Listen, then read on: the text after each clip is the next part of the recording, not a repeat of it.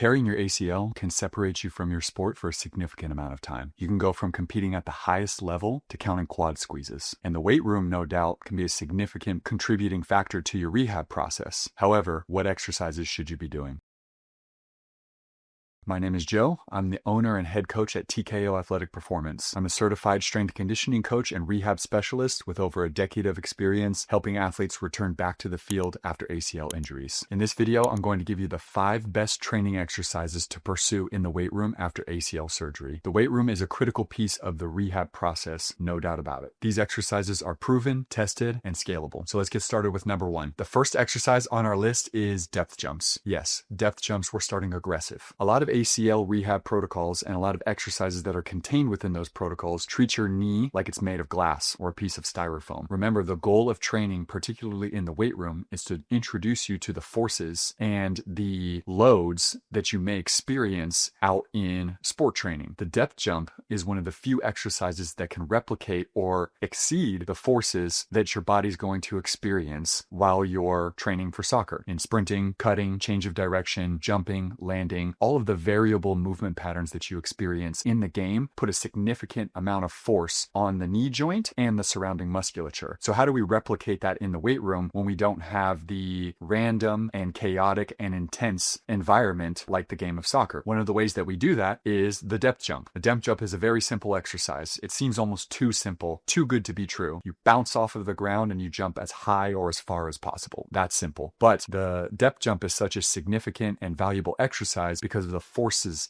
that it places through your feet, through your lower legs, into your knee joints, ligaments, and surrounding musculature. Before we get into depth jumps, it's important to note that the depth jump is not a day one exercise. There is a very clear progression to work towards depth jumps. Most of our athletes that work within the ACL reconditioning program take about 2 to 3 months to build up to traditional depth jumps from an 18 or a 24-inch box. This progression includes things like skipping, pogo jumping, in place and forward. It includes single leg hops, but at a measurable intensity so we can build up to the forces that you're going to experience when you step off of a high box and bounce off of the ground. Depth jumps are such a powerful exercise because they use body weight and gravity to accentuate the forces on the knee joint when you step off of that box and land onto the ground. This is important because the heavier the body weight you are, or the higher the box you are, the greater those forces are going to be, the greater the load is on the body. This is an important consideration because it's a very scalable exercise. It's an exercise that it's very easy to make more or less difficult. If they're unable to handle the forces when they hit the ground on this depth jump, then we just reduce the height of the box. The other thing that we love about depth jumps is that they have a high level of variety within them. So they are an intense exercise, but once we build up to them, we have a significant amount of variability that we can choose within this particular exercise. We can step off of the box and we can bounce off of the ground and we can jump straight up in the air as in a vertical jump. We can bounce off of the ground and jump up to another box. We can bounce off of the ground and land on a single leg to make it more intense. We go from depth jumping to single leg depth jumping. We can step off the box, bounce off of the ground, and jump our way forward or sideways. We can add a significant amount of variability within this exercise that makes it really versatile, and we can continue to up the movement challenge for the athlete as they get fitter and stronger and more elastic. It's also important to note that with depth jumps, when you step off of that box and you bounce off of the ground, you're experiencing loads of up to 5 times body weight when you land on the ground, depending on the weight of the athlete and depending on the height of the box. This is a significant load that we can place on the body with a very simple exercise that's much higher than we can place on the body with traditional strength training exercise like squats or other rehab exercises like leg presses, leg extensions, clamshells, step ups, rear foot elevated split squats, and other more static exercises like those. So why is it so effective? Number 1, it's going to expose the athlete and the knee joint, the whole body really, to realistic sport forces. Number 2, it challenges force acceptance, the ability of the athlete to be able to accept force and redirect it, as in changing direction or jumping and landing. Depth jumps are going to challenge landing mechanics, stiffness, and reactivity. And from a psychological perspective, what I've found is that depth jumps really rebuild confidence in being able to do really hard, intense, dynamic things like jumping off of something really, really high and bouncing off of the ground, which is a significant barrier that ACL rehabs have to get over when they're moving back towards the field. So how do we use them in our program? I usually program run them for very low volumes. And what I mean by that is for a total amount of reps within a workout. And I progress that very, very slowly. And then once we reach a certain amount of volume, say 30 reps or so, that's when I start to introduce higher intensity methods like landing on a single leg or jumping forward instead of jumping up to be able to continue to challenge the athlete at the current volume that we're already at. So I usually start with like 3 sets of 5 or 5 sets of 3 depth jumps off of an 18 to 24 inch box for a total volume of 15 reps. And then we stair step that volume until we get to about 30. The most volume I've done with athletes in a rehabilitation session has been 40 reps, but I think that's overkill. So 40 reps is probably overkill. I like 30 reps as the top end, 3 sets of 10 reps or, 5 sets of 6 reps, whatever that looks like in terms of time. And the higher the box is, the fewer reps I will do per each set. So for example, if we have the athlete jumping off of a 30-inch box, that's a significantly higher intensity and a more potent stimulus than an athlete jumping off of an 18-inch box. So that athlete jumping off of a higher box, I'm going to do fewer reps per set to allow higher quality, number one, and allow more rest in between each set so that they can be really, really explosive and bouncy and elastic and reactive off of the ground. I'm looking for speed off of the ground and I'm looking for violence in their jump. We want to replicate those really, really high forces in a controlled environment like the weight room so that they can feel more comfortable in a chaotic, less controlled environment like the soccer field. So exercise number 2 is the snatch. The snatch is an Olympic style weightlifting variation in which you lift a barbell from the ground straight overhead in one fluid and explosive movement. Now, Olympic weightlifting variations often get a bad rap in the industry. For some reason, there is a controversy surrounding whether or not Olympic weightlifting exercises are vital in strength conditioning. And there's probably 2 poles or 2 schools of thought now in which Olympic weightlifting exercises are the end-all be-all, or Olympic weightlifting exercises like the snatch and the clean are superfluous. You don't need them at all. You can get the same training effects with other exercises. In the weight room with a barbell, the snatch is the ultimate test of coordination and power and the ability to link the lower body and the upper body. It's one of the best bang for your buck exercises that you can do. And in order for you to get up to or to work up to a load or an intensity that's going to create a significant training effect, it takes a little bit of time. But with ACL rehabs, we have time. So why not start from the beginning, teach somebody from the ground up how to do a really powerful exercise like the snatch correctly, and then work their way up throughout the rehab process. So by the end, you have a really fluid athlete in the weight room and a really technically proficient Olympic weightlifter. One of the most beneficial aspects of a lift like the snatch is to be able to link the lower body and the upper body. This coordination between 2 different systems right here, or this linking between the entire body, create a true movement test of coordination and timing and strength that enhances proprioception and power. It's essentially a vertical jump with weight, but now you're linking the upper body in the mix by having to snap the barbell overhead and lock it out as quickly as possible. The other thing that I love about the snatch is that it takes all the major joint systems from the ankle all the way up to the shoulder. So ankle, spine, hips and pelvis, knee joint, feet, ankle complex through a full range of motion. It challenges those joint systems through a full range of motion and places load and stress on each of those joint systems as you complete the lift, especially if you're doing a full snatch. We always start our athletes in hang snatch positions, then we move to power snatch, and then we move to the full snatch. But eventually I want to get them to the point where we're doing full snatches so that we can challenge moving those joint systems through full ranges of motion under load at a high rate of speed. That is more transferable to sport movements, and it's going to get a better training stimulus for the athlete. So similar to the depth jump, I like to keep the volume a little bit lower on the snatch. I typically start with higher volumes when we're teaching the movement. And of course, this is not the type of program in which we are going to put a bunch of load on the barbell and ask you to move it with shit technique from the beginning. With an exercise like the snatch, that exercise is only going to be as effective as the athlete's ability to perform the exercise with technical proficiency. If they can do it well, they're going to get more out of the exercise. So we take a slow cooker approach to this type of exercise. The day one, when an athlete works with us in the weight room, they're going to snatch, but it might be with a PVC pipe or a lighter barbell or a completely empty barbell. And then we're going to teach them the different progressions to get to the point where we're full snatching under a significant amount of load. So in terms of volume recommendations, I like 2 to 6 sets of 1 to 5 reps. So a typical progression might start like, we're going to do 5 sets of 5 reps on day 1, or we may do a total number of reps. Maybe we'll do 30 reps on day 1 in whatever rep scheme we decide. And then we're going to work down towards, maybe we'll get to 3 sets of 3 heavy snatches. That's only 9 reps there, but the load on the barbell is going to be much more significant. So we may only need 9 reps to be able to stress the athlete in the way that I'm trying to stress the athlete. At the beginning, the goal is technical mastery, or technical competency, if you will. I want them to master the positions that I'm requiring of them. I want their joints,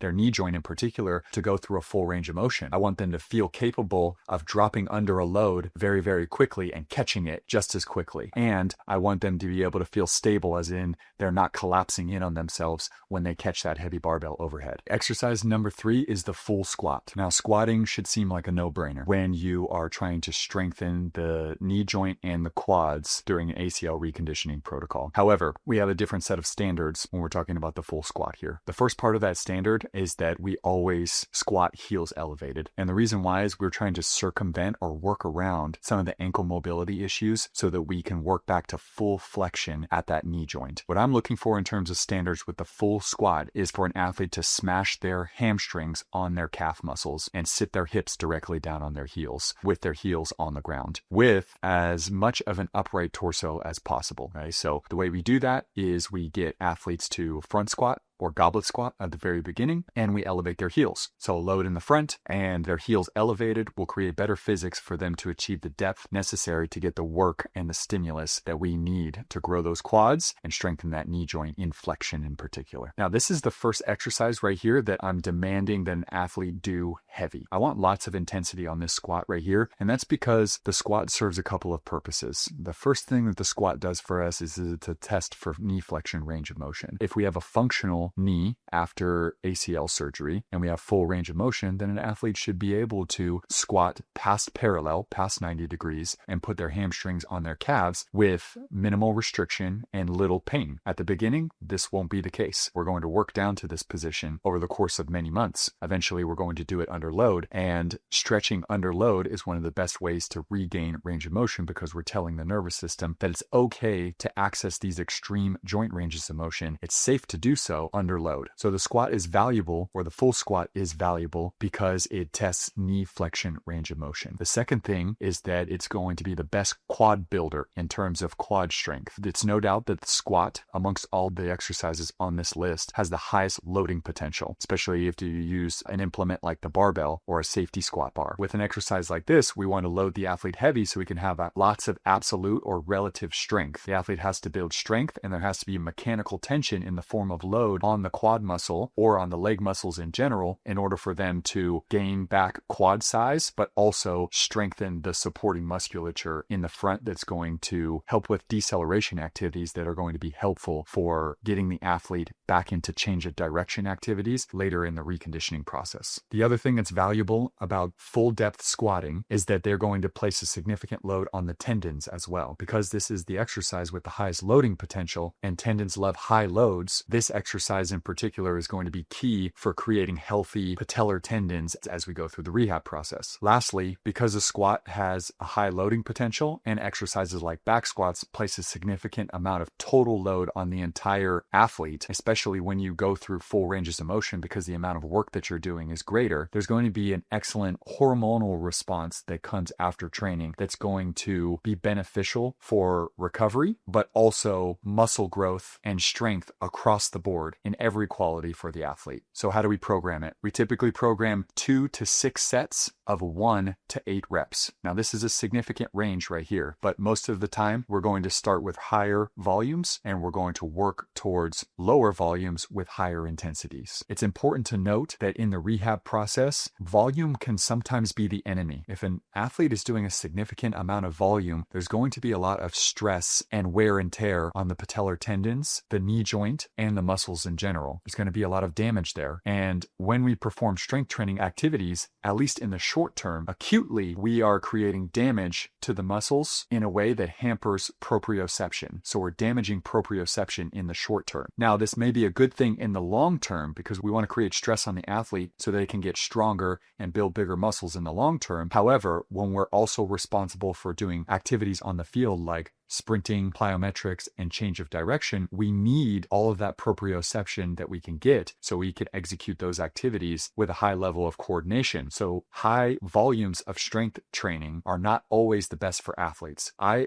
always err on the side of lower volume with higher intensities, meaning higher loads, so that we can get the strength aspect and the nervous system training without too much damage to the musculature and too much damage to proprioception in a way that it hampers their ability to sprint or train the next day. So, moral of the story, don't be scared to go deep. Squat heavy, squat deep, watch those leg muscles grow, and watch your total body strength go up. Exercise number 4 is the Romanian deadlift, or the RDL. Now, this exercise is so vital for creating balance on the opposite side of the body than the full squat. If we think of the squat as a total leg developer, it's going to focus more on the quadriceps or the front side of the body. Now we need something to create balance along the back side because having a good hamstring to quadricep strength ratio is going to be a protective factor for re-injury in the future. We need really, really strong hamstrings. But because the hamstrings are what we call a biarticular muscle, meaning they cross at 2 different joints, the hips and the knee, we have to train them as such.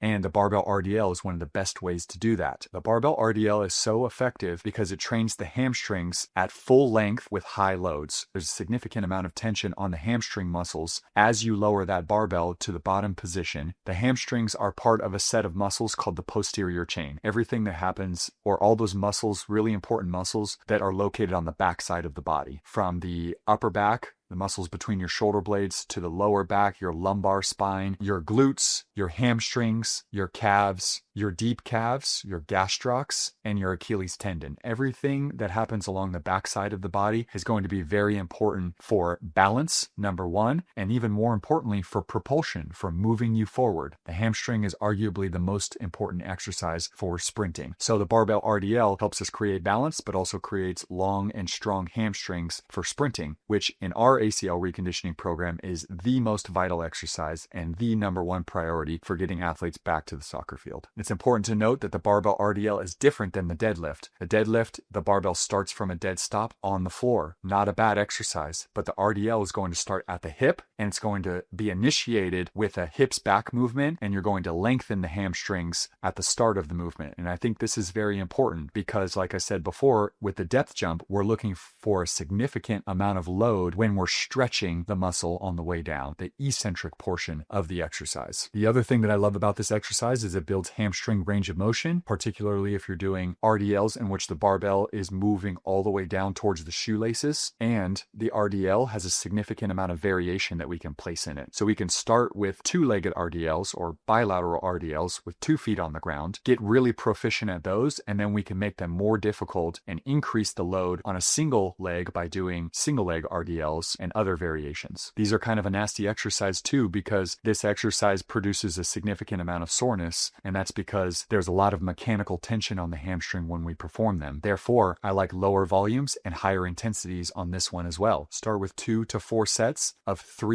to 10 reps, focusing on full stretch at the bottom and speed on the way back up towards the hip. The closer the barbell stays to the body, the more hamstrings you will feel at full stretch. If you do barbell RDLs with correct technique at full stretch with heavy loads, you're going to feel like your hamstrings are ripping off the bone the next day. But that's okay. Soreness is an indicator that work was done. It's not a bad thing. It's just a signal. And moving on to our last exercise, exercise number 5. These are heavy unilateral exercises, such as rear foot elevated split squats or reverse lunges or single leg squats. Now, you might be thinking, oh, we already have a full squat on the list, but that was a double leg squat. It's going to be a little bit different. One of these squatting variations is going to improve a quality that we call absolute strength, or our ability to move as much load as possible. The other exercise is going to help stress musculature in our leg that is often neglected. Things like our glute medius, our side butt, our adductors, our groin, and the other smaller muscles in our hamstrings that often get neglected when we do bilateral exercises like squatting and barbell RDLs. So unilateral exercises create a